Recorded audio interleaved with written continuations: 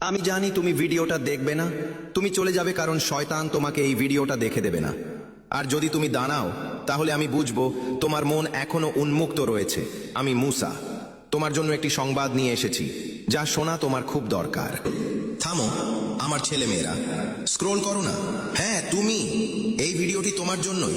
যদি তুমি এটি দেখছো তবে বুঝে নাও তুমি এখানে কোনো ভুল করে আসোনি। ঈশ্বর তোমাকে এখানে থামিয়েছেন কারণ আজ তোমার একটি বিশেষ বার্তা শোনা প্রয়োজন। অনেকেই এই ভিডিওটি দেখে এড়িয়ে চলে যাবে, কিন্তু তুমি রয়ে গেছো, আর এটাই সেই সংকেত। মহাবিশ্ব তোমাকে কিছু বলতে চাইছে। একটু শান্ত হয়ে শোনো। ভগবান, ঈশ্বর, আল্লাহ সব দেখছেন তোমার পরিশ্রম, তোমার কষ্ট, এমনকি সেই রাতগুলো যখন তুমি চুপচাপ কেঁদে সবকিছু ভগবানের ওপর ছেড়ে দিয়েছিলে।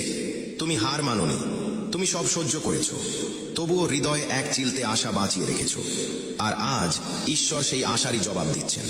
শোনো, আগামী কয়েকদিনের মধ্যে তোমার জীবনে বড় কোনো পরিবর্তন আসতে চলেছে আমার আশীর্বাদে। হয়তো হঠাৎ কোনো সুখবর আসবে, থেমে থাকা কাজগুলো ধীরে ধীরে সচল হতে শুরু করবে, আর্থিক উন্নতির পথও প্রশস্ত হবে, বাড়ির অশান্তি ও মানসিক চাপ কমবে, পরিবারে ভালোবাসা ও শান্তি বৃদ্ধি পাবে। এসব এক নিমেষে ঘটবে না, কিন্তু মহাবিশ্ব ইতিমধ্যেই তোমার জীবনে বরকতের দরজা খুলে দিয়েছেন। শুধু একটা কথা মনে রেখো, ভয় পেও না, সন্দেহ করো না। মহাবিশ্ব তোমার সাথে আছেন, আর যখন ভগবান পাশে থাকেন তখন পথ নিজে থেকেই তৈরি হয়ে যায়। তুমি একা নও, এই মুহূর্তেও মহাবিশ্বের দৃষ্টি তোমার উপর আছে। তিনি তোমাকে রক্ষা করছেন, তোমার ঘর ও পরিবারকে আগলে রাখছেন।